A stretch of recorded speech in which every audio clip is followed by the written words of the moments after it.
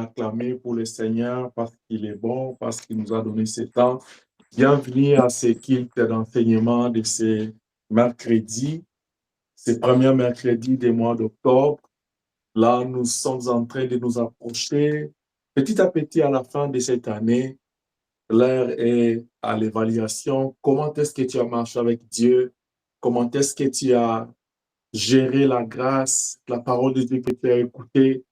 Comment est-ce que tu as géré ta foi, ta marche chrétienne?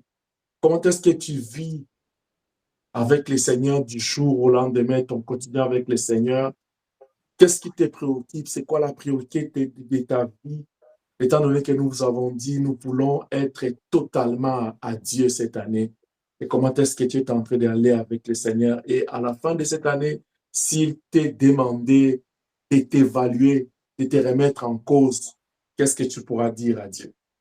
Nous sommes dans le livre des Actes des Apôtres que nous avons lu les dimanches, chapitre 1er. Nous allons lire les versets 9 et après nous allons aller lire dans le livre des Éphésiens, chapitre 4, verset 8. La Bible dit dans le livre des Actes des Apôtres, chapitre 1, verset 9, la Bible dit, après avoir dit cela, il fit élever pendant qu'il les regardait et il nuait les déroba à leurs yeux. Après avoir dit cela, il fit élever pendant qu'il les regardait et il nuait les déroba à leurs yeux. Éphésiens chapitre 4, verset 8. C'est pourquoi il est dit, étant monté en haut, il a amené des captifs et il les a fait des dons aux hommes, parole du Seigneur. Père, laisse que nous puissions disparaître, que toi tu apparaisses, que nous puissions diminuer, que toi tu augmentes, et que tout esprit soit assujetti à l'autorité de ton nom, au nom puissant de Jésus-Christ. Amen. Amen. J'espère que vous allez bien par la grâce de Dieu, que Dieu vous bénisse partout où vous êtes. Amen. Ce soir, nous allons évoluer sur notre pensée, dans notre pensée d'un appelé de Dieu. La Bible parle de notre Seigneur Jésus-Christ. Après sa résurrection, il s'est retrouvé avec les disciples les jours de son ascension. La Bible dit, après avoir dit tout ce qu'il avait à dire aux disciples en dernière minute, il fit élever. Pendant que les autres les regardaient, ils les voyaient partir. C'est-à-dire, la Bible nous informe qu'après sa résurrection, le Seigneur fit élever dans les lieux célestes.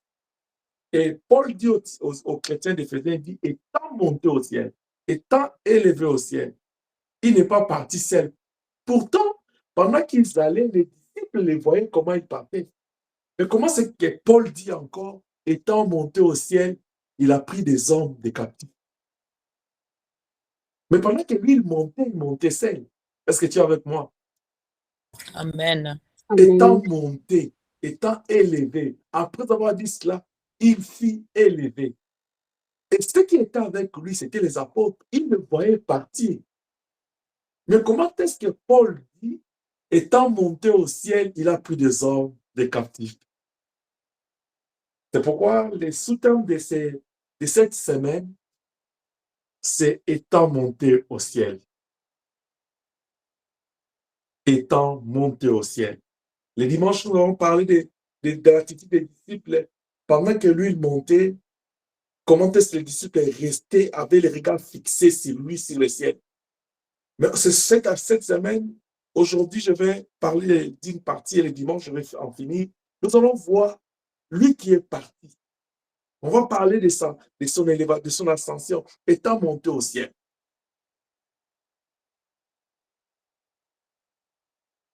Étant monté au ciel. La Bible dit, il a pris des hommes des camps.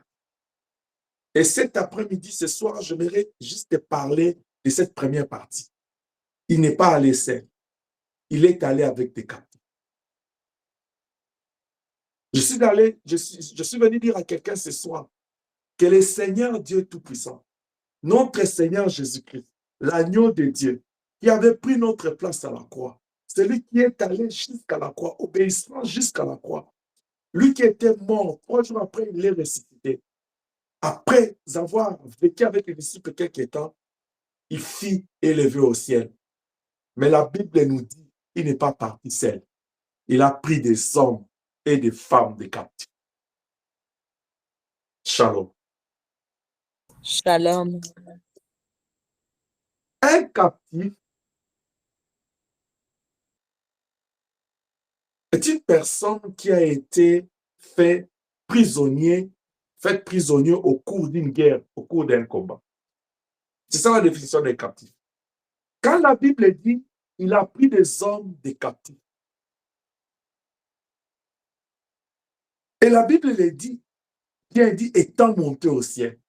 Et il est monté au ciel après quoi? Après sa mort et sa résurrection.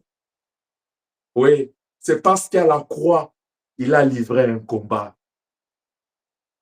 Il a livré un combat. Colossiens nous dit dans Colossiens chapitre 1, j'aimerais que vous puissiez ouvrir vos Bibles, Esprit, ce soir, on va beaucoup lire. Et je veux que vous soyez rapide avec moi. Quand je donne un verset, vous pouvez m'aider aussi à lire pour qu'on aille vite. Colossiens chapitre 1, verset 12 à 14. Qu'est-ce que la Bible dit là-bas? Colossiens chapitre 2, verset 14 à 15. Et 1 Jean chapitre 3, verset 8. Colossiens 1, 12 à 14. Colossiens 2, 4 à 15. Ça, c'est long. Et 1 Jean chapitre 3, verset 8. Lui qui est mort à la croix, qu'est-ce que 1 Jean dit? Est-ce que quelqu'un déjà à Colossiens, il peut me lire au nom de Jésus-Christ? 1 Jean chapitre 3, verset 8, la Bible dit, celui qui pêche est du diable, car le diable pêche dès le commencement. Le Fils de Dieu a paru afin de détruire les œuvres du diable. À la croix, la Bible dit dans Colossiens, l'acte qui nous condamnait et qui subsistait contre nous a été effacé. Jésus-Christ est venu pour détruire les œuvres du diable. Il a effacé l'acte qui te condamnait. Parce que quand l'homme a péché dans le jardin d'Éden, il a été condamné à vivre loin de Dieu. Il a été condamné à la mort. Alors, par le péché, la mort est entrée. Mais le Seigneur Jésus, en tant qu'agneau de Dieu, il a pris notre place. Il a payé de son sang. C'est pourquoi la Bible dit, sans effusion du sang, il n'y a pas de pardon. À la croix, il a combattu contre les autorités, les principautés, contre les diables et son royaume. Il a payé de son sang. Et si cela n'était pas suffisant, il est allé juste dans le séjour des morts. Il a passé 3 jours pour achever sa mission. Et quand il s'est rassuré que le monde des vivants et le monde des morts avaient droit à la rédemption, il a laissé ce monde, il est parti. Les combats qu'il a livrés sur la croix, les combats qu'il a livrés dans le séjour des morts, il est sorti vainqueur à la croix quand il a rendu l'âme. La Bible dit qu'avant qu'il puisse rendre l'âme, il y a eu un débat, il y a eu toute une discussion sur la croix. Bien aimé, dans la souffrance, dans la douleur, il y a eu une discussion entre deux brigands. Un qui justifiait qui était en train de défendre le Seigneur, tout en reconnaissant ses péchés, en reconnaissant ses erreurs, dans la souffrance. Il s'adressa à Barabbas, il dit, mais nous là, nous sommes en train de purger notre peine parce que nous avons mérité ce que nous sommes en train de vivre. Mais lui, qu'est-ce qu'il a fait? Qu'est-ce que lui, il a fait? La Bible dit, il y a eu 3 heures de ténèbres dans le monde. Pendant ces 3 heures, il a combattu. Il a été au front pour nous, pour aller nous libérer. Il est entré dans la prison du diable, là où nos vies, là où nos âmes étaient emprisonnées. Il est allé avec son sang. Et la Bible dit dans Colossiens, par son sang, nous avons la rémission des péchés, c'est-à-dire les pardons, et la rédemption, c'est-à-dire la délivrance. Nous sommes délivrés du péché et ses conséquences. Nous sommes délivrés du péché de la malédiction. Nous sommes délivrés des liens de famille, des hôtels, des alliances qu'ont établi nos arrière-arrière, nos ancêtres, sans connaître Dieu, parce que Jésus a versé son sang. Avec son sang, La Bible dit dans l'Apocalypse, la question fut posée de savoir qui est digne et capable d'ouvrir les livres, d'en rompre les 7 sceaux. Qui pouvait aller à l'assaut du monde pour les sauver? Personne. Il n'y a que l'agneau qui s'est levé.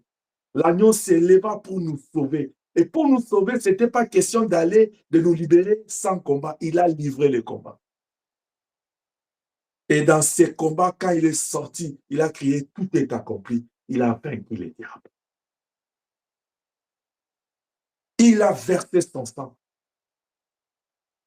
La Bible dit, le voile qui nous séparait avec Dieu a été déchiré de haut en bas. Maintenant, il nous a libéré l'accès dans la présence de Dieu par son sang. Jésus a vaincu. J'aimerais dire à quelqu'un ce soir, tu as un Dieu victorieux. Tu as un Seigneur qui a vaincu tes ennemis. Et la Bible dit, celui qui est en toi est plus fort que celui qui est dans le monde parce qu'il a vaincu l'ennemi.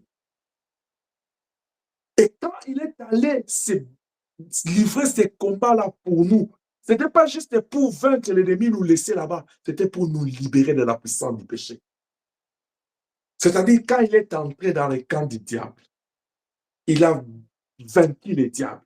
Il nous a pris, il nous a libérés de la captivité du péché, de la captivité de la mort, de la captivité de la maladie, de la captivité de toutes choses. Il nous a fait sortir de cette prison du diable. Et il est allé avec nous dans son royaume. Voilà pourquoi vous voyez, il dit à cet homme-là, les brigands, qui était à côté de lui, quand les brigands lui disent, Seigneur, souviens-toi de moi quand tu seras dans ton royaume ou quand tu reviendras dans ton royaume. Il dit ceci, il dit, dès ce soir, tu seras avec moi. C'est-à-dire, quand lui, il entre dans son royaume, il n'entre pas seul. Il est venu seul. Jean 3,16 dit, car Dieu a tant aimé le monde, il a donné son Fils unique. Même quand Dieu il donne son Fils unique, un seul, la Bible dit, enfin que quiconque croit en lui ne périsse point, mais qu'il ait la vie éternelle. C'est-à-dire, Dieu, en s'aimant Jésus-Christ, il a récolté l'Église, il a récolté tout un peuple, toute une nation pour lui. Amen, amen. C'est comme ça que le Seigneur Jésus-Christ, sur la croix, il dit aux brigands, il dit, ne t'inquiète, dès ce soir, tu seras avec moi dans mon royaume. C'est-à-dire, quand tu reçois Jésus comme Seigneur et Sauveur, tu es avec lui dans son royaume. Je suis en train de dire à quelqu'un que dès le jour où le Seigneur a versé son sang, il t'a donné la possibilité d'accéder, de retourner dans sa présence, de retourner dans son royaume, de faire partie de son royaume. C'est pourquoi Pierre dit, nous sommes une race élie, un sacerdoce. Nous faisons partir de son royaume parce que nous l'avons reçu. La Bible dit, à tous ceux qui ont reçu son nom, à tous ceux qui ont crié à sa parole, il leur a donné le pouvoir de devenir enfants de Dieu. Et si nous sommes enfants de Dieu, notre cité est céleste, notre royaume viendra dans la nouvelle Jérusalem, nous allons nous établir dans la gloire de Dieu. Ce n'est pas dans ces mondes. Amen, amen, amen. Étant monté au ciel, il n'est pas allé seul. Il a amené, il est allé avec son corps complet. La Bible dit, dans son corps complet, lui, il est la tête. Et le reste du corps, c'est sa femme, c'est l'Église. Ils ont vu Jésus partir. C'était un homme complet, la tête et le corps. C'est-à-dire la tête, lui, en tant qu'époux, le corps en tant qu'Église. Il est parti avec. Quelqu'un est en train de dire, mais comment tu fais qu'il est parti, nous sommes encore dans ce monde? Oui, nous sommes en train de vivre une phase. Nous sommes en train de vivre une phase. Et dans cette phase-là, il y a la phase spirituelle que nous vivons en ce moment. Spirituellement, nous sommes avec lui dans son royaume. C'est pourquoi la Bible ne cesse de nous rappeler, nous sommes dans le monde, mais nous ne sommes pas du monde. Parce que notre vraie vie est cachée en Christ, dans les lieux célestes, en Dieu. La Bible dit, notre vie est en Christ. Alors dans Colossiens chapitre 3. Colossiens chapitre 3. Qu'est-ce que la Bible dit? Colossiens chapitre 3, verset 3 à 4. La Bible dit,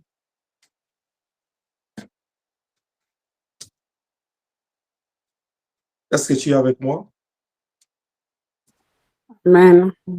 Car vous êtes morts et votre vie est cachée avec Christ en Dieu. Vous êtes morts. Morts de quoi? Du péché. Morts de quoi? De ce monde. Parce que nous avons pris en Jésus comme Seigneur et Sauveur. parlons des baptêmes, nous sommes morts avec lui, nous sommes ressuscités. Et la vraie vie que tu as, toi, est cachée en Jésus. Or, Jésus n'est pas, il ne vit pas physiquement dans ce monde.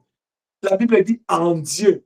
Or, la Bible dit le ciel est son trône. C'est-à-dire, si notre vie est cachée en Jésus et en Dieu, nous vivons avec lui dans les lieux célestes.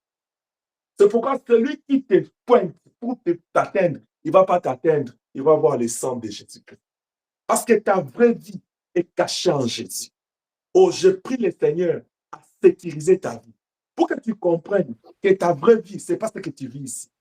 Amen. Voilà pourquoi l'homme de Dieu, Élisée, quand il a vu les soldats d'Assyrie s'approcher et que son serviteur Géasi était en train de trembler, il a dit à Dieu, ouvre ses yeux, afin qu'il voie les multitudes des anges de l'armée qui nous entourent. Bien aimé, il dit, ouvre ses yeux, c'est-à-dire il entre dans le spirituel. Dans le physique, on ne pouvait pas voir Élisée entouré de militaires. Non, non. C'est dans le spirituel. Même quand la Bible dit, l'ange de l'Éternel campe pour tous de ceux qui les craignent. C'est dans le spirituel. Il faut que Dieu t'ouvre les yeux spirituels pour que tu vois les anges qui t'entourent. Amen. Dans le fond, ta vraie vie n'est pas dans ce monde. Dans le fond, ta vraie toi, ta vraie personne n'est pas dans ce monde. Amen. C'est dans le charnel que nous sommes ici.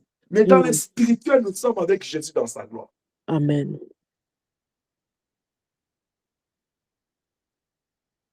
C'est trop spirituel, c'est trop difficile pour toi de digérer cette matière. Ça va arriver. La Bible dit, étant monté au ciel, il a pris des hommes et des femmes des captifs. Il les a emmenés. Quelqu'un est en train de dire, mais pasteur, mais quand il est allé à la croix, nous n'étions pas encore en train d'exister. Nous n'étions pas en train encore de vivre. On n'était pas encore des chrétiens. Tu as raison. J'étais en train de poser à Dieu toutes ces questions, moi aussi, pour comprendre comment est-ce que spirituellement nous existons dans sa gloire avec lui. Mais parce que nous faisons partie de son corps. Nous faisons partie de lui. Amen. Et lui, il est spirituel.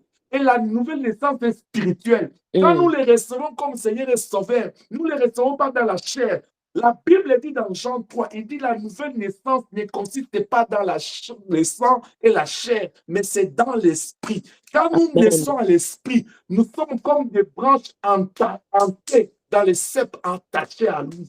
C'est-à-dire quand nous nous convertissons dans le Seigneur, nos vies vont aller s'attacher à lui. Or, lui, il est esprit. Nous vivons avec lui dans sa spiritualité. C'est ça la vraie vie d'un chrétien. C'est ça la vraie vie d'un appelé de Dieu. Et nous bénéficions de sa sève, qui est le Saint-Esprit, qui est sa parole, l'eau de vie, afin que nous puissions vivre et nous épanouir. Un captif de Dieu, c'est une personne qui a fait l'alliance avec le Seigneur. Une alliance de père et fils. Dieu, tu es mon père. Et lui, il te dit, tu es mon enfant, tu es mon fils. Et quand la personne fait cette alliance avec Dieu, il s'engage avec Dieu pour la vie. Il s'engage avec Dieu pour la vie. Et le Seigneur devient son bon berger. Il devient son guide. Il devient son maître. Il devient son Dieu. Il fait cette alliance avec lui. Parce que Dieu, il t'a récupéré lors d'une bataille. Tu es comme un butin de guerre pour Dieu. Bien aimé, la Bible dit nous étions morts dans nos péchés. Les péchés que nous avons commis, que nos parents ont commis, que notre grand ancêtre Adam a commis avec notre grand-mère Ève dans le jardin, a généré les péchés. À cause de cela, nous étions esclaves du péché. Et Dieu a initié tous les processus pour que l'homme revienne vers lui. L'homme était incapable de revenir à Dieu. Et Dieu a fait des actions pour venir chercher l'homme. L'homme était infidèle jusqu'au point où le Seigneur Jésus-Christ, la parole qui a créé toutes choses, s'est fait chair. Il a pris notre place. Il est venu mourir pour nous. Il a livré la bataille contre le royaume des ténèbres. Parce que le diable avait pris le contrôle du monde et le contrôle de l'être humain à cause du péché. À partir de la désobéissance de l'homme, le diable avait le défi sur l'homme, le contrôle sur l'homme. Le diable il était devenu, en d'autres termes, on était voué au mal. Il fallait que le sang coule pour que nous soyons libérés. Que le sang de Jésus coule encore cet après-midi. afin de nous rendre libres de la malédiction, de la puissance du péché, Amen. afin de nous rendre libres des ténèbres, Amen. afin de sécuriser nos vies, même quand l'âge de la destruction passe, qu'il ne puisse pas toucher à ta vie ni à ta maison, au nom puissant de Jésus-Christ. Car le sang de Jésus-Christ crie plus que le sang d'Abel. Amen. Parce qu'il a versé son sang, parce qu'il a livré la bataille contre les autorités, les dominations, par sa mort, il nous a donné la rédemption. Béni soit le Seigneur Dieu. Amen. C'est comme ça qu'après avoir livré cette bataille, après avoir versé son sang, il a racheté le monde.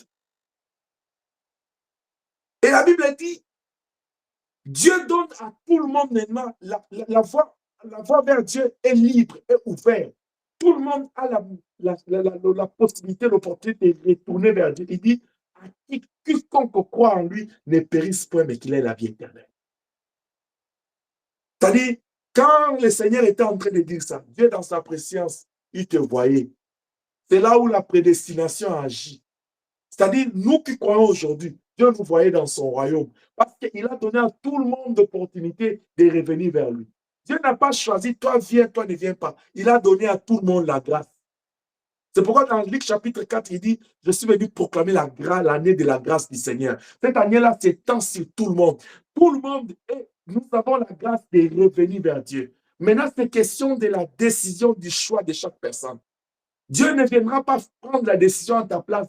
Vous pouvez être dans une famille 44 personnes. Si une personne prend la décision de suivre Dieu, les autres, ils ont suivi le diable ou le monde. C'est leur choix. Maintenant, là, ça, c'est la responsabilité de chaque personne. Lui, il a combattu, il a libéré le monde, il a versé son sang, il a payé le prix. Pour lui, il dit, il a pris les captifs. Tous ceux qui croient aujourd'hui dans sa préscience, dans sa divinité, lui les avait déjà emballés parce qu'il savait que non, c'est qui va retourner. Vous savez, quand Dieu était en train de dire à Noé, tu vas construire l'arche, après tu vas dire au peuple, et après Dieu savait qui allait entrer, qui n'allait pas entrer. Mais Dieu aussi savait qu'il a donné à tout le monde, au moins il a donné à tout le monde la possibilité d'entrer. Dieu n'a pas dit, c'est que Dieu n'a pas dit à Noé, il dit, va choisir dans ta famille, choisis seulement ces 3 enfants avec leurs femmes, toi avec ta femme, 8, ça suffit. Non. Il a dit, avertis tout le monde. Quand Dieu établit un principe, il donne à tout le monde la même possibilité. Maintenant, c'est le choix de l'homme qui fait la différence. Chaque personne, quand il porte son choix, c'est lui qui détermine, je vais vivre avec Dieu ou pas. C'est pourquoi, des fois, même dans nos relations, même dans nos familles, vous ne pouvez pas déterminer, vous ne pouvez pas obliger tout le monde à s'embarquer dans votre conviction. Annoncez l'évangile, priez pour les gens, laissez-leur le temps de souffler. Le Seigneur va venir faire croître cette sémence, il va les convaincre, il y aura un temps. Nous étions aussi dans ces cas-là, mais le Seigneur nous a récupérés. Amen. Le Seigneur nous a emballés dans sa présence. Ne pense pas que tu as l'autorité ou le pouvoir de convertir tout le monde. Le mystère de la conviction, c'est l'œuvre du Saint-Esprit. Toi et moi, nous avons le ministère, la grâce de parler, de prier, de rappeler, de sensibiliser, de mobiliser. Mais c'est lui qui convainc les cœurs, c'est lui qui brise, c'est lui qui transforme, c'est lui qui donne, qui met les derniers mots dans les cœurs de l'homme. C'est le Seigneur lui-même. Que Dieu nous bénisse. Amen. Amen. Amen. Le Seigneur a amené des hommes et des femmes qu'il avait déjà appelés. Quand il a lancé l'appel, il dit, Dieu a tant aimé le monde. Il a donné son Fils unique, afin que quiconque, c'est un appel qui est lancé. On dit, quiconque va croire, il ne va plus périr. Dieu a lancé son appel. Il dit, moi je fais mon travail. L'agneau est mort. Maintenant, je vous lance l'appel. Quiconque croit, il ne va pas mourir. L'appel est lancé. C'est-à-dire, tous ceux qui ont cru en son nom, il leur a donné le pouvoir de s'attacher à lui, d'être entré à lui, d'être rattaché dans son corps et de constituer son corps. Pendant que j'étais en train de réfléchir sur cet enseignement, le Seigneur me montre l'image d'un corps. Je vois la tête d'un homme, mais je vois au niveau du corps, c'est comme s'il y avait des tiroirs. Pas tellement des tiroirs, mais des choses comme quelqu'un qui, comme des parkings, voilà. C'est-à-dire, nos vies, nos vies, c'est comme des voitures. Quand tu vas dans un parking public, on ne te dit pas, à part ce qui est privé, je parle des publics là où tout le monde peut stationner. C'est-à-dire, on donne à tout le monde la possibilité de stationner. On ne te dit pas que non, ne stationne pas là. C'est-à-dire, quand tu viens et que tu trouves que non, entre deux parkings, première, deuxième prix, quatrième n'est pas plus, bon, je peux parquer ici. C'est-à-dire, chaque personne, nous entrons, nous venons nous greffer en Jésus en ordre d'arrivée. Celui qui s'est converti à 7 h du matin, il trouve sa place, il vient entrer. Celui qui vient à 18 h, il vient entrer. Tout le monde vient s'attacher au corps, jusqu'à ce que le corps sera complet. Le Seigneur reviendra pour prendre l'église. Est-ce que je parle à quelqu'un? Lui, en tant que corps, il est la tête. Si son corps, son corps, si on prend seulement juste ses doigts ici, ça peut être composé de plusieurs milliers de personnes juste pour avoir un doigt. Parce que dans son royaume, il y aura des multitudes. Dieu a livré son Fils unique pour avoir des multitudes de personnes. Alors, pour composer juste les doigts ici, toi qui n'es pas seulement les doigts, peut-être ces doigts ici, ça fait partie de tout un continent. Ça fait partie des 1000 églises qui composent un doigt de Jésus. Et toutes ces personnes-là, ils s'appellent membres parce que chacun occupe un point. Est-ce que je parle à quelqu'un? Amen. Amen. Si on nous considère comme étant des aiguilles, voilà les aiguilles qu'on utilise pour coudre les habits manuellement. Même les aiguilles qu'on utilise pour le traitement. On te dit que non, si c'est doigt, on doit piquer les aiguilles. Combien d'aiguilles peut entrer ici? Admettons, je parle en tant qu'homme. On peut piquer plusieurs aiguilles juste dans ses doigts. C'est comme ça les membres du corps de Christ. C'est comme ça que j'essaie de te faire comprendre en Christ quand on est attaché. Ne te dis pas que non, moi je suis l'épaule. Dans l'épaule là, ça peut constituer 80 millions de chrétiens qui sont de différentes races, de différentes couleurs, de différentes nations. Mais parce qu'ils sont en Jésus, ils sont devenus de nouvelles personnes. Ils constituent juste l'épaule de son corps. Étant lui monté au ciel, il a monté avec ses appelés. Et il les appelle, il dit, parce que je vous ai libéré de la puissance du péché, parce que je vous ai libéré de la mort, parce que je vous ai libéré du monde, vous êtes mes captifs à moi, parce que vous êtes les butins de la guerre que j'ai livré avec le diable. Est-ce que je parle à quelqu'un? Amen. Alors maintenant, la question est de savoir, pourquoi le Seigneur est monté avec eux? Parce qu'il est victorieux dans sa gloire. C'est simple, parce qu'il est venu pour sauver ces gens. Il est venu pour les sauver. Il les a sauvés. Il a combattu, il a livré les combats spirituels pour eux. Spirituellement, ils sont attachés à lui. Ça fait partie de lui. Et la Bible dit, il est allé avec eux au ciel. La première des choses que le Seigneur est allé avec eux au ciel, c'est pour les préparer à sa grande moisson. Parce que le Seigneur Jésus-Christ savait qu'après l'œuvre de la croix, c'est l'heure de la grande moisson. Luc chapitre 10, la Bible dit, il appela les 70 disciples. Il leur dit ceci. Il va les envoyer dans chaque ville, dans chaque village où lui-même devait aller. Aller faire quoi? Aller moissonner. Sa moisson consistait à quoi? Il dit, le Fils de l'homme est venu chercher et sauver ce qui était perdu. Maintenant, lui, dans sa vie, toute sa vie, il a fait ce travail d'aller évangéliser, d'aller gagner les âmes. Un jour, il appelle les 70, lui, il resta, il les envoya pour aller accomplir sa mission. Luc chapitre 10, verset 1 à 2.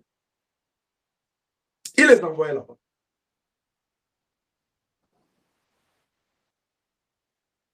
Parce qu'il savait qu'ils avaient besoin d'eux. Dans Matthieu 28, il dit, comme le Père m'a envoyé, moi aussi je vous envoie. C'est-à-dire, il y avait une moisson qu'il devait préparer. Il devait les envoyer parce que lui, il a achevé sa mission de la délivrance. Il fallait maintenant qu'il puisse continuer à travailler pour la réalisation de son œuvre, pour que l'Église soit complètement réunie spirituellement. C'est fait, la bataille est engagée, le chemin est libre, le pouvoir de l'ennemi est détruit. Maintenant, il faut composer l'Église. Il avait besoin des ouvriers.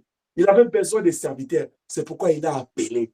C'est pourquoi il m'a appelé. C'est pourquoi il t'a appelé. Mais s'il nous a délivrés de la puissance des ténèbres, s'il nous a libérés de la puissance du péché, c'est parce qu'il avait besoin de nous pour son œuvre, pour son église, pour composer son corps. C'est pourquoi il nous a pris comme des captifs.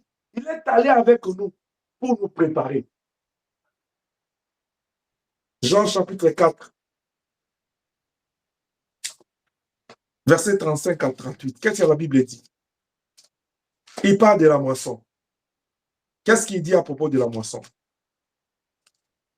Il dit, ne dites-vous pas qu'il y a encore 4 mois jusqu'à la moisson? Voici, je vous l'ai dit. Levez les yeux, regardez les champs qui déjà blanchissent, qui déjà blanchissent pour la moisson. Celui qui moissonne reçoit un salaire et amasse des fruits pour la vie éternelle. Afin que celui qui sème et celui qui moissonne se réjouissent ensemble. Car en ceci, ce qu'on dit est vrai. Autre est celui qui sème et autre est celui qui moissonne. Je vous ai envoyé moissonner ce que vous n'avez pas travaillé. D'autres ont travaillé et vous êtes entrés dans leur travail. Il parle aux disciples, il parle aux apôtres. Il dit, levez les yeux, car le champ est déjà prêt. C'est là que je suis en train de te dire. Celui qui s'occupe de la conversion des âmes, c'est le Seigneur lui-même. Même quand nous allons, même quand je vous amène cette parole ici, le Seigneur a déjà préparé vos cœurs. Le Seigneur connaît l'état de nos âmes. Le Seigneur sait les mots justes pour briser nos cœurs. C'est-à-dire, moi, je viens dans un champ que le Seigneur a déjà arrangé. Voilà pourquoi je dis à un homme de Dieu, à une servante de Dieu, à un serviteur de Dieu, humilions-nous sous la puissante main de Dieu. Car ce n'est pas le fait d'être serviteur qui nous fait des grands. Il y a un seul grand, c'est Dieu. Et nous sommes ses serviteurs.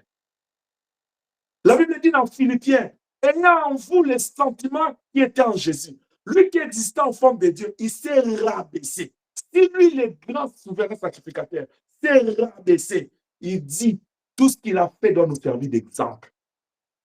C'est là où j'ai toujours dit, le monde a évolué tellement qu'il y a des grands, il y a des petits, il y a des grands serviteurs, des grands prophètes, des petits. Tous ces termes-là, c'est ce qui me sème confusion. La Bible dit, celui qui veut être grand, il doit se faire petit. La grandeur, c'est en Dieu. Même quand Dieu t'élèvera des mains, toi qui m'entends, n'oublie pas que c'est par la grâce de Dieu. Amen. Shalom. Shalom. C'est-à-dire, le Seigneur lui-même, il a prêté. Regardez ce qui est arrivé en Égypte. Moïse est allé en Égypte, il était convaincu que Dieu parlait avec le Seigneur des Seigneurs, le roi des rois. Mais quand il entre en Égypte, il était confondu plus d'une fois. Il fait tout ce que Dieu lui a dit. Mais il voit les contraires, il voit un autre résultat. Ce n'est pas comme il a désobéi dans le désert, mais en Égypte, il a obéi. Il a suivi à la loupe les règles de Dieu.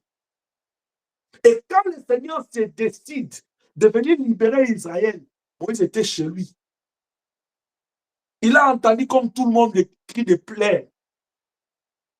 Dieu, lui-même, il est en train de s'aimer, il est en train d'arroser, il est en train de préparer la moisson. Quand la moisson est grande, il te dit, lève-toi. Lève-toi, va aller, entre dans mon champ. Va juste aller moissonner pour moi.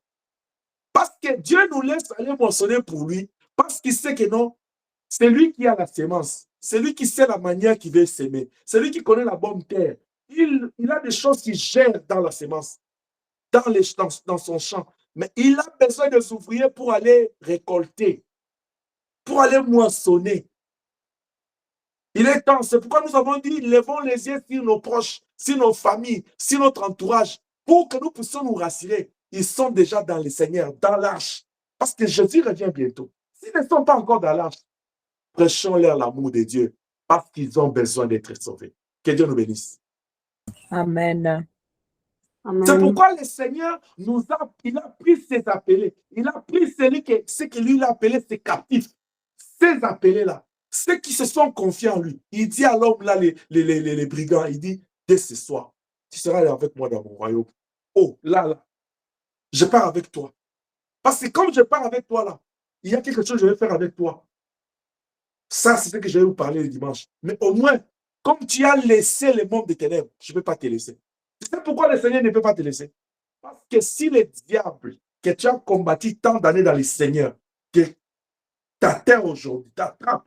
Bien aimé, tu as entendu la prière que Jésus a fait sur Pierre. Il dit à Pierre, les princes des mondes te réclament pour te cribler. À Pierre, juste 3 ans avec le Seigneur, le diable les réclame pour les cribler. Et puis toi, 20 ans. Tu sais combien tu as troublé les royaumes de ténèbres? Si le Seigneur te lâche.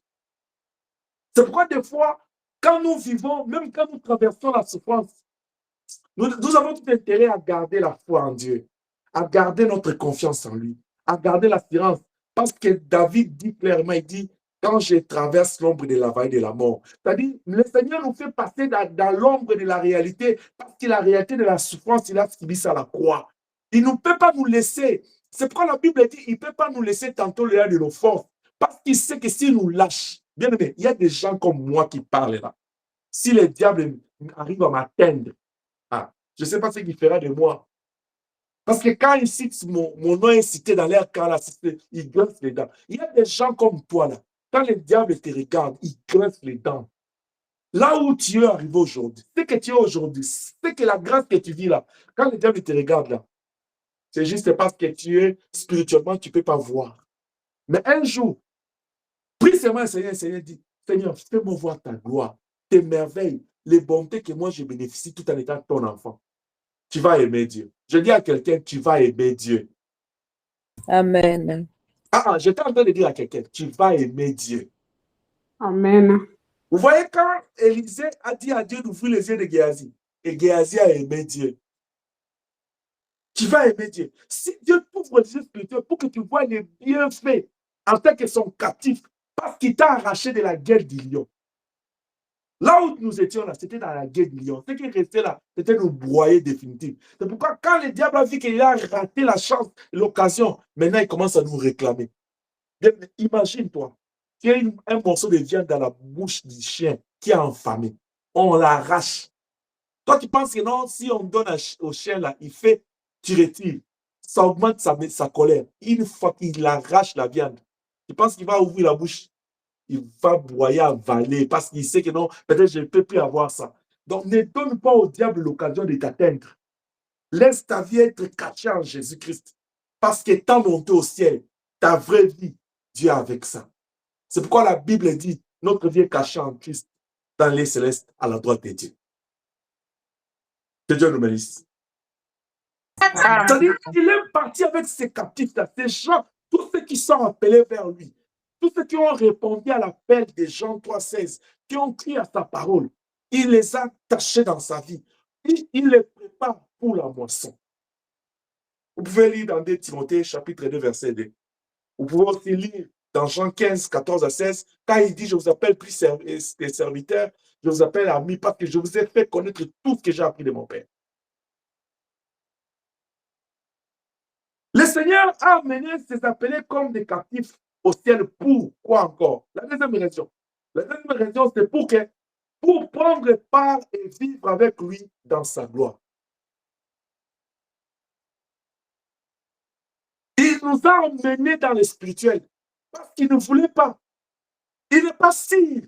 Il sait que non, s'il nous laisse ici, tout en vivant ici, le monde ici n'est pas propre pour nous. Le monde n'est pas bon pour que nous puissions vivre. Quelqu'un dit, mais pasteur, mais nous vivons ici. Non, non. Je parle de ta vraie personne, de celui qui l'a sauvé. Tu es attaché à lui. Nous sommes appelés à vivre dans sa gloire. C'est pourquoi j'aimerais seulement que tu puisses comprendre ce soir. Là où je t'amène ce soir, je t'amène dans une autre dimension de la foi. Que tu comprennes que non, la vraie personne que tu es, la vraie vie de toi, ce n'est pas ce que tu vis ici. Tu es dans la gloire avec le Seigneur parce que tu fais partie de lui. Dis seulement à Dieu, ouvre-moi les yeux, je vais voir ta gloire. Il va te faire voir sa gloire. Pourquoi? Parce que tu fais partie de cette gloire. Si tu ne fais pas partie de cette gloire, on ne peut pas te faire voir ça. Parce que c'est pas, ça ne t'intéresse pas. Tu ne fais pas partie de cette gloire. Mais en Christ, puisque nous sommes entrés en lui par la foi à sa mort et à sa résurrection, nous faisons partie dans sa gloire. Nous vivons dans sa gloire. Nous sommes les enfants de la gloire. C'est pourquoi il a dit à ses brigands, tu seras avec moi dans mon royaume. La troisième raison qui fait que le Seigneur nous a pris comme des captifs. Bien-aimés, nous avons dit c'est pour prendre part à sa gloire. Et cela sera effectif quand il reviendra. Quand il va revenir, cela sera effectif. Maintenant, c'est dans le spirituel. Nous vivons dans sa gloire dans le spirituel. Voilà pourquoi nous pouvons entrer dans la présence de Dieu, parler avec Dieu, adorer le Seigneur, parce que nous sommes dans sa gloire dans le spirituel. Nous sommes les ayants droit dans sa gloire. Nous avons les droits d'entrer dans sa présence parce que nous sommes des citoyens célestes. C'est pourquoi il ne s'est pas arrêté de nous dire, nous ne sommes pas de ce monde. C'est pourquoi dans Colossiens, là, que nous avons le chapitre 3, au verset 4, il dit, quand Christ, votre vie, paraîtra, alors vous paraîtrez aussi avec lui dans la gloire. C'est-à-dire, maintenant que nous sommes en Jésus, nous sommes dans sa gloire. Même quand nous allons mourir, c'est ce corps qui va mourir. Notre âme est dans sa gloire. Est déjà attachée à son corps. Maintenant, dans l'effectivité, dans la réalisation effective, c'est quand nous allons revenir. Premièrement, quand nous serons enlevés, effectivement, nous serons rattachés complètement à lui. Ça sera comme cette réalité-là est finie, où l'esprit vivait là-bas, le corps vivait ici. Dans l'enlèvement, qu'est-ce qui va se passer? C'est comme ceux qui vont mourir. Le corps physique est détruit, mais leur âme est attachée au corps du Christ. Ceux qui seront vivants, quand ils seront transformés, ce corps physique sera détruit. Leur âme va revêtir notre corps spirituel qui sera attaché au corps du Christ. Là, nous serons rattachés effectivement dans les langages des hommes. C'est à ce moment-là que nous allons rejoindre l'Esprit dans les airs. Mais pourtant, c'est comme j'avais dit, c'est comme des voitures qui vont aller parquer. Nous allons juste aller garer. Nos vies seront définitivement en lui, dans la réalisation. Et maintenant, quand nous allons revenir, la Bible dit que quand il va apparaître, quand Jésus va apparaître, dans l'enlèvement, il ne va pas apparaître à tout le monde. Il va apparaître seulement à ceux qui seront destinés, dignes d'être enlevés avec lui, pour les rejoindre dans les airs. Maintenant, quand l'Église va rentrer avec lui, tout le monde va voir le Seigneur entouré de son Église dans sa gloire. À ce moment-là, quand nous allons paraître, le Seigneur va paraître, nous allons paraître avec lui. Nous, les membres, les restes des membres de son corps, nous allons paraître avec lui. Pourquoi nous allons paraître avec lui? Parce que nous étions déjà dans son royaume. Nous étions allés vivre sa gloire dans son royaume. Je ne sais pas si je suis en train d'arriver à ta compréhension ce soir. Est-ce que tu me comprends? Amen. Dans le spirituel, nous sommes déjà dans son corps parce que nous avons donné notre vie à lui. Mais nous vivons encore ces temps ici, sur la terre, parce que nous avons des choses à faire avec lui sur la terre.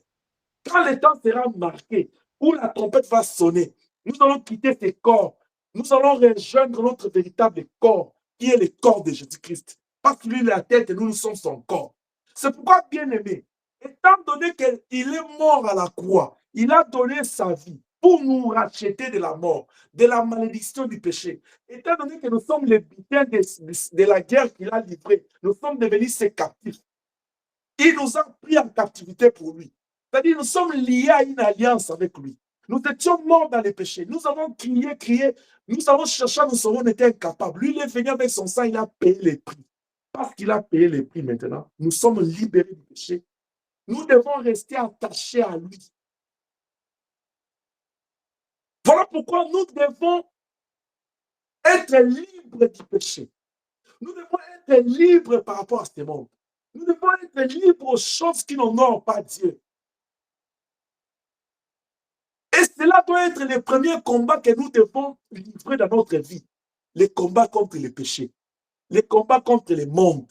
Les combats contre les choses qui n'honorent pas Dieu. Est-ce que je parle à quelqu'un? Non. L'église aujourd'hui est dans la distraction. Les gens, ils combattent pour l'argent. Ils combattent pour le mariage. Ils combattent pour avoir des travail et acheter des parcelles, avoir les biens de ce monde, pour devenir grand, pour l'honneur. Mais ils ne combattent pas pour leur âme. Jésus est mort à la croix, pas pour l'argent. Parce que l'or et l'argent lui appartiennent. Jésus a livré sa vie. Il a donné sa vie pour que nous soyons libérés du péché, afin de sauver notre âme. Mais s'il y a un combat, le premier que nous devons livrer comme des captifs du Seigneur, c'est de combattre le péché.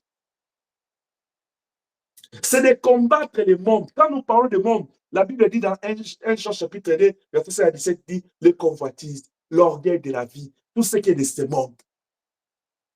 Nous ne pouvons pas aller dans ce que le monde font, ou le monde fait, ce que les gens de ce monde font. Nous ne pouvons pas aller.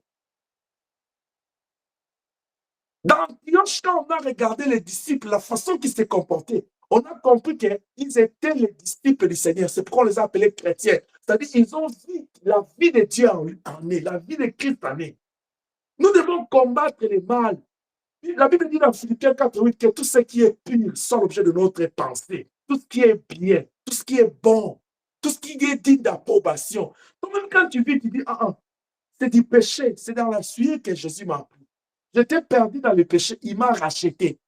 Je ne peux pas entretenir ce mal. Mais les faiblesses de ta vie, tu connais. Ce que tu ne dois pas faire, ce n'est pas d'entretenir ces choses-là. Mais c'est de travailler du jour au lendemain pour améliorer ta relation avec Dieu. Où en es-tu arrivé, mon frère, ma soeur?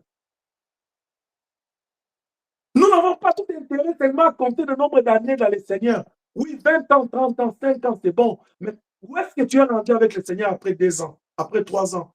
Où est-ce que tu es rendu? Oh non, aujourd'hui c'est mercredi, je vais à la prière. Oui, tu es là, béni soit le Seigneur. Mais où est-ce que tu es rendu après cette rencontre de ce soir? Si Jésus revient bientôt là, qu'est-ce que tu vas faire? Où est-ce que tu seras? Est-ce que tu vas aller avec lui? Est-ce que tu participeras à l'enlèvement? C'est à cause de l'enlèvement que l'Église est là. Nous sommes en train de nous préparer à sa rencontre. Nous ne venons pas combattre pour avoir les biens de ce monde. Les biens de ce monde, la Bible dit, cherchez premièrement le royaume du ciel, les restes seront donnés par-dessus tout.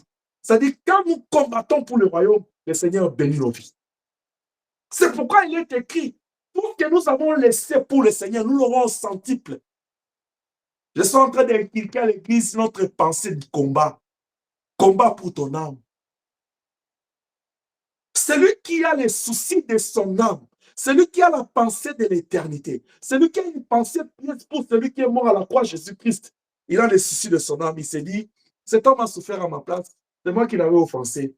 Il a donné sa vie, il m'a racheté par son sang. Que je ne revienne pas à ce que j'ai vomi, parce que je vais retourner juste dans la souffrance.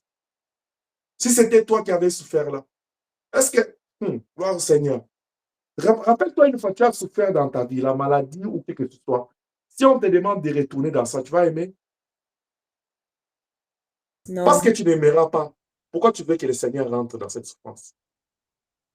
Pendant qu'il était à la souffrance, il a crié même, Élie, Élie, pourquoi m'as-tu abandonné? Les gens pour qui il est venu mourir se sont moqués de lui. Il dit, regarde comment il crie. Tu veux encore qu'on se moque de lui? Non, parce qu'il t'a racheté du péché, parce qu'il t'a racheté de la mort, et il t'a préservé, il garde ta vie en lui.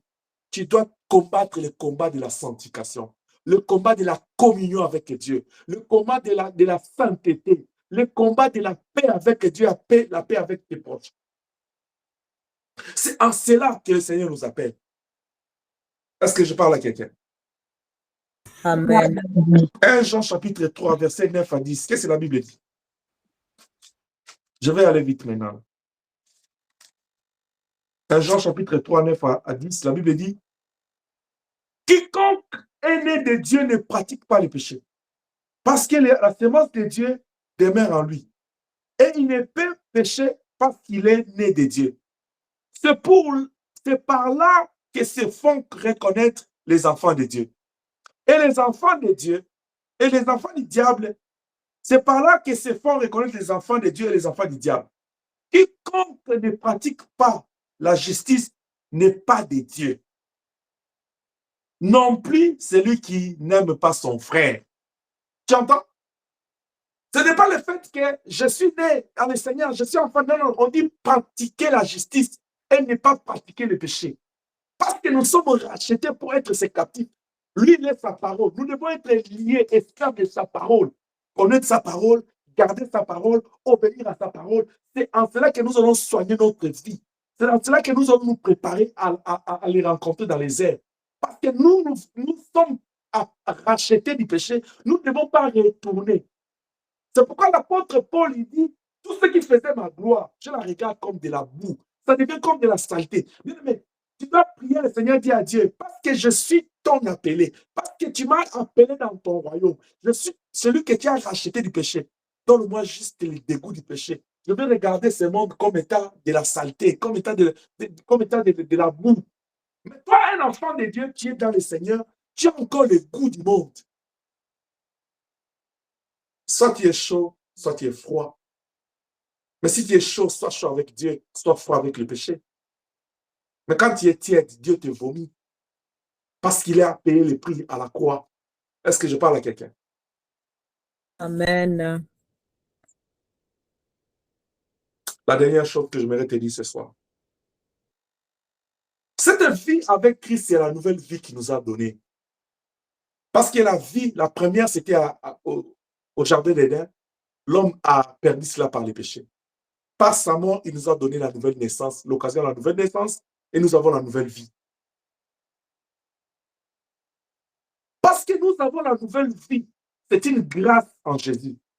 Je t'invite ce soir à laisser la vie de Dieu prendre place en toi. Est-ce que je parle à quelqu'un? Bien, laisse la vie de Dieu prendre place en toi. Galates chapitre 2, verset 20, il dit, si je vis, ce n'est plus moi qui vis, c'est Christ qui vit en moi. Il a versé son sang, il a donné sa vie, il a souffert pour nous appeler vers lui. Pas pour que nous venons et nous restions les mêmes personnes. Nous venons avec nos péchés, le sang nous livre, nous lave et nous délivre et nous changeons. Il dit, repentez-vous et convertissez-vous, c'est-à-dire changez. Il dit à la femme dans Jean chapitre 8, il dit, va et ne pêche plus, change ta façon de voir des choses, change ta façon de... Non, non, non, je te déconseille, tu as l'habitude de dire, non, c'est comme ça que moi je suis.